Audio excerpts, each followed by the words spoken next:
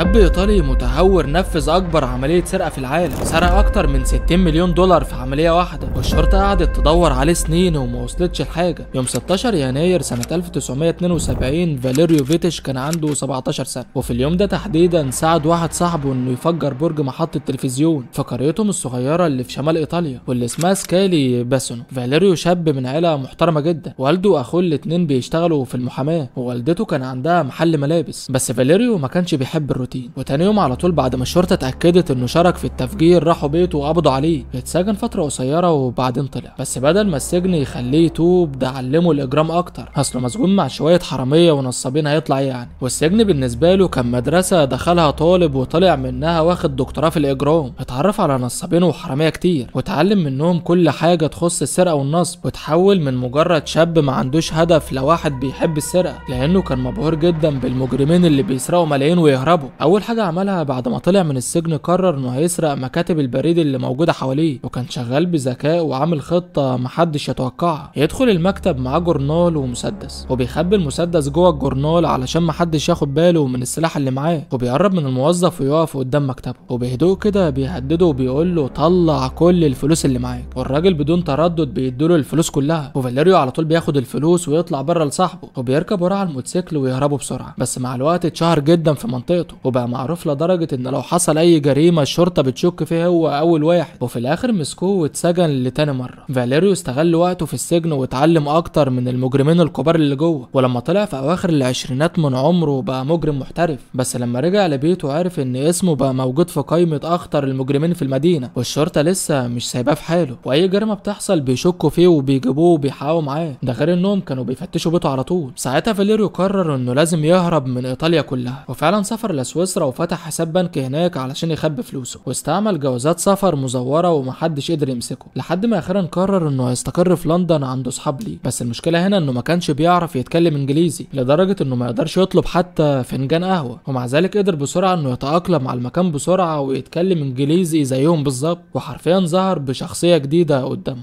كان عنده صبر وقال لنفسه انا لازم اعرف كل حاجه عن البلد الاول قبل ما انفذ اي عمليه سرقه، وقعد سنه كامله يتعلم لغتهم ويدرس احوال البلد كويس والحاجات اللي ممكن يسرقها. فاليريو قرر انه هيسرق بنوك ومحلات مجوهرات، حرفيا اختار اصعب حاجه عليها حراسه شديده. تتوقعوا هيقدر يسرق فعلا ولا هيتقبض عليه من اول عمليه؟ هقولك انه قدر يسرق 5 بنوك، وده كان سهل جدا عليه لانه حراس البنوك في لندن مش مسلحين زي ايطاليا، وكان بيدخل ويطلع بسرعه قبل ما حد يلحقه. نفذ اكتر من عمليه بنفس الطريقه وبقى معاه شويه فلوس يخلوه يعيش حياه كويسه، وفعلا بقى عايش في شارع من ارقى الاحياء في لندن، وكان بيمثل قدام الناس انه صحفي ايطالي جاي يتعلم انجليزي، وكلهم افتكروا انه من عيله غنيه. علشان كده فاليريو كان بيفكر يكبر شغله ويجيب فلوس اكتر، وعرف ان في مركز ايداع في نايتس بريدج، مكان مليان صناديق امانات كتير جدا. المكان ده في ناس كتير مخزنين فيه الذهب والمجوهرات بتاعتهم. فاليريو قعد يخطط ازاي هيدخل مركز الايداع ويسرقه، بس الموضوع طلع صعب جدا لان المكان مليان حراس وكاميرات مراقبه، ده غير الانذار اللي صعب جدا حد يكسره، والاصعب ان صناديق الامانات موجوده تحت الارض والخزنه صعب جدا انها تتفتح. فاليريو كان عارف ان الموضوع المره دي غير كل مره، فقرر انه لازم يروح مركز الايداع ويعمل حساب هناك، على اساس يعني انه راجل اعمال غني، وبكده يقدر انه يدخل المركز اكتر من مره من غير ما حد يشك فيه. وفي كل زياره كان بيستغلها ويدرس المكان كويس ويعرف كل التفاصيل اللي ممكن تساعده في عمليه السرقه، لدرجه انه قدر يصاحب مدير مركز الايداع نفسه وعزمه على العشاء هو وصاحبته فلافيا، وحس ان فلافيا ممكن تبقى مهمه جدا ليه وتفيده، فقرر يقرب منها اكتر ويخرج معاها. ومع الوقت استريحت له وبقت بتحكي له على كل حاجه يسالها عنها، وقالت له ان مدير المركز اللي اسمه لطيف مديونه وعليه فلوس كتير. فاليريو جمع كل المعلومات اللي قدر يعرفها علشان يقدر يحط خطه يسرق بها المركز، وقال لنفسه انا محتاج 3 حاجات: ادوات قويه اكسر بيها صناديق الامانات، وبيت اخزن فيه كل الحاجات اللي هسرقها، واهم حاجه ان لازم ادخل اسرق كل صناديق الامانات بسرعه جدا قبل ما الحراس يجوا الساعه 5 الصبح، لان قبلها ما بيكونش فيه غير 2 بس بيحرسوا المكان، واكيد يعني مش هقدر انفذ كل ده لوحدي، علشان كده لازم اجمع فريق ينفذ معايا العمليه. وفعلا جمع فريق من المجرمين اللي ممكن يقبلوا باي فلوس حتى لو قليله جدا علشان يقدر ياخد معظم الفلوس لنفسه، وكده كده اصلا مش فارق معاه انهم يكونوا محترفين لانه العقل المدبر للعمليه كلها. فاليريو جهز نفسه ورتب كل حاجه زي ما خطط لها، لحد ما اخيرا اجى اليوم اللي هنفذ فيه العمليه. 12 يوليو سنه 1987 فاليريو دخل مركز الايداع مع المساعد بتاعه اللي اتنين لابسين بدل رسميه، ودخل مكتب لطيف مدير المركز، والمساعد بتاعه قال للطيف ان فاليريو رجل اعمال غني جدا، كان عاوز بس يحط شويه حاجات في صناديق الامانات. لطيف وقتها كان فرحان جدا لانه هياخد من وراه عموله كبيره، بس فاليريو قال له وانا ايه اللي يضمن لي ان المكان هنا امان وحاجتي مش هتتسرق؟ فقال له طمن يا فندم، الحمايه هنا على اعلى مستوى ومستحيل حد يقدر يسرق المكان ده، وعلشان تتاكد انا هقول لموظف هنا ياخدك ويوريك المكان ده متامن ازاي. وفعلا بعت معاه موظف وخده للمكان اللي بيتخزن فيه صناديق الامانات، وده المكان الوحيد في المركز كله اللي ما فيهوش كاميرات مراقبه ومحدش يقدر يدخله الا لو كان بيشتغل في المركز نفسه، وده اللي حصل فعلا. بس ما كانوش يتوقعوا ايه اللي هيحصل دلوقتي. فاليريو طلع المسدس وقال للموظف لو ما عملتش اللي هقول لك عليه دلوقتي يبقى تترحم على روحك. فقال له هعمل لك اللي انت عاوزه بس ما تقتلنيش. كلم بقى الحارس الاول وقول له انك محتاجه في حاجه مهمه. كلمه فعلا، ولما الحارس وصل فاليريو كتفه وحطه جنب الموظف، وقال للموظف كلم بقى الحارس التاني وقول له انك محتاج شويه اوراق. فكلمه هو كمان، ولما وصل فاليريو ما توصاش وكتفه بالكلبشات ورماه على الارض، وبكده حرفيا بقى مسيطر على المكان بالكامل.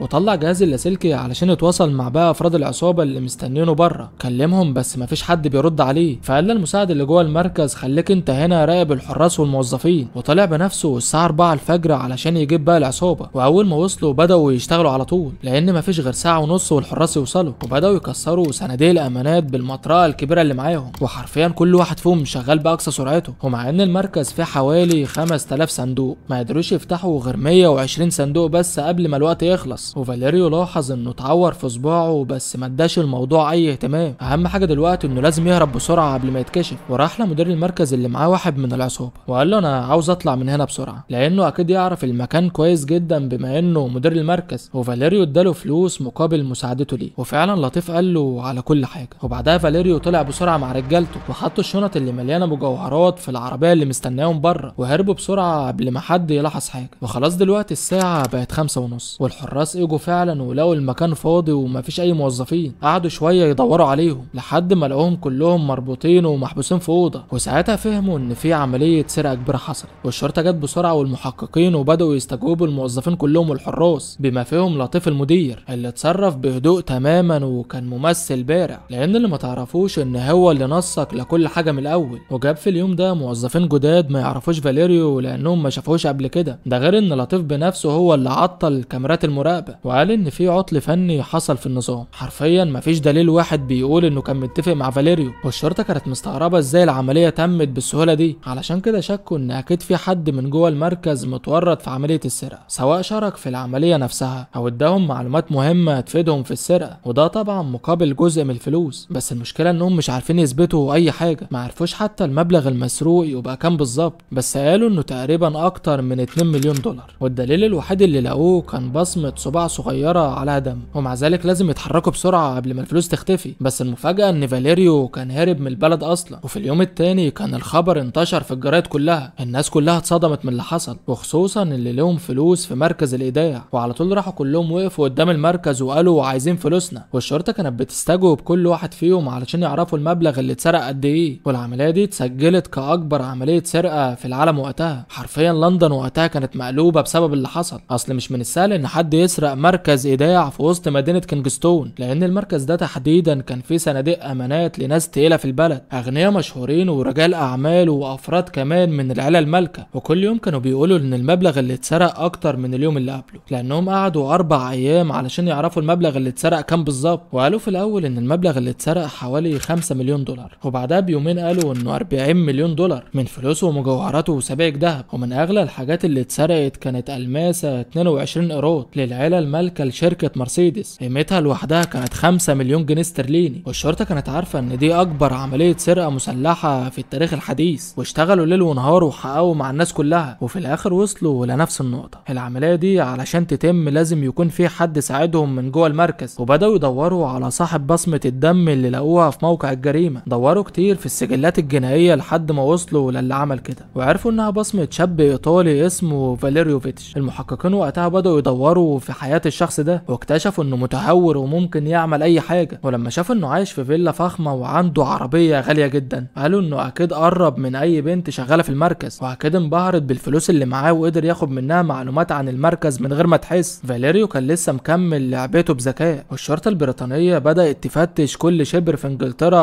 وبيدوروا عليه، لحد ما في يوم فاليريو طلب عربيه رياضيه فخمه جدا ورجع لندن بنفسه علشان يستلمها. ومع انه كان يقدر يهرب للبرازيل ويختفي، بس ما كانش فارق معاه اصلا، وكمان عاوز انه يستفز الشرطه. وطبعا ضباط الشرطه فضلوا مراقبينه لحد ما واحد منهم شافه خارج من فندق فخم في لندن، وعلى طول طلع امر بالقبض عليه. اصله كان قاعد في لندن مستني ترخيص علشان يصدر عربيته لكوريا الجنوبيه، بس شكله كده هو اللي هيتصدر للسجن. فاليريو بعد ما اتقبض عليه سالوه مين اللي ساعدك من جوه المركز، والغريب انه ما انكرش اي حاجه وقال لهم ايوه انا اللي سرقت، ولطيف مدير المركز هو اللي ساعدني. المحققين في الاول كانوا مصدومين لانهم حققوا مع لطيف وما شكوش فيه ثانيه واحده، وراحوا للطيف وقالوا له انت اللي ساعدت فاليريو في عمليه السرقه؟ قال لهم بكل ثقه انا ما ساعدتش حد. بس لما قالوا له ان فاليريو اعترف على كل حاجه، لطيف انهار وقتها وقال لهم ايوه انا اللي ساعدته. حلو قوي الكلام ده، احكي لنا بقى ايه اللي حصل بالظبط. فقال لهم ان فاليريو جالي وقال لي عندي عرض ليك ما يتفوتش. قلت له عرض ايه؟ قال لي هنسرق مركز الايداع اللي انت بتشتغل فيه وهنقسم كل حاجه بالنص. الشرطه وقتها كانت مصدومه من اللي بيقوله، لان لو ما كانش اعترف على نفسه كانوا مستحيل يصدقوا ان هو اللي ساعد فاليريو. المهم لطيف اتفق مع فاليريو وبداوا يخططوا لعمليه السرقه. والغريب ان قبل عمليه السرقه بكام شهر لطيف زود قيمه التامين التجاري من مليون ل 3 مليون، يعني كان مجهز نفسه لاي خساره حتى لو كان هو السبب فيها. وكده عمل كده لانه وقتها كان اتفق مع فاليريو على السرقه. والمحقق جولد قال ان فاليريو كان عارف كويس ان لطيف حالته الماديه صعبه، واستغل النقطه دي لصالحه، وكان عارف انه هيوافق. وفي الاخر الشرطه قدرت ترجع 10 مليون دولار بس من اصل 60 مليون دولار، كلهم كانوا في قائمه المسروقات من مجوهرات وعملات نادره والماس. حرفيا في 50 مليون دولار اختفوا ومش قادرين يوصلوا لهم. وفي شهر ديسمبر سنه 1992 القاضي حكم على لطيف بالسجن لمده 18 سنه، وباقي افراد العصابه اتحكم عليهم باحكام اخف شويه. انما فاليريو فاتحكم عليه بالسجن لمده 22 سنه، لان هو العقل المدبر لكل حاجه. والاغرب انه اعترف كمان انه نفذ 5 عمليات سرقه في انجلترا. ومش بس كده، لا ده اعترف على كل عمليه سرقه نفذها، وبكده يبقى نفذ 54 عمليه سطو مسلح في ايطاليا وانجلترا. ولما المحقق ساله كنت هتعمل ايه لو ما كانش اتقبض عليك؟ قال له سهله، يعني كنت هسافر بلد تانية وافتح حساب جديد وهسرق البنك اللي هناك. المحقق وقتها فهم ان فاليريو كان هيكمل في عمليات السرقه لو ما اتقبضش عليه. ويا عالم ال 54 عمليه سرقه دول كانوا زمانهم دلوقتي اكتر من 100 عمليه، لانه اصلا بيستمتع بالسرقه نفسها. فاليريو اتحبس 4 سنين في انجلترا، وبعدها اتنقل لايطاليا علشان يكمل باقي المده هناك. ولما خلص مدته طلع من السجن، بس بشرط انه لازم يروح السجن كل يوم يمضي ويتراقب طول الوقت، ولو عمل اي جريمه حتى لو كانت بسيطه هيرجع السجن تاني. ولولا انه صاب بصمه من دمه هناك الشرطه ما كانتش هتعرف توصل له. والعمليه دي كانت هتبقى مجرد واحده من العمليات اللي نفذها. لو الفيديو عجبك وحابب تشوف فيديوهات اكتر هستناك على يوتيوب، لان هناك بينزل فيديوهات اكتر من هنا وهتعجبك. سلام.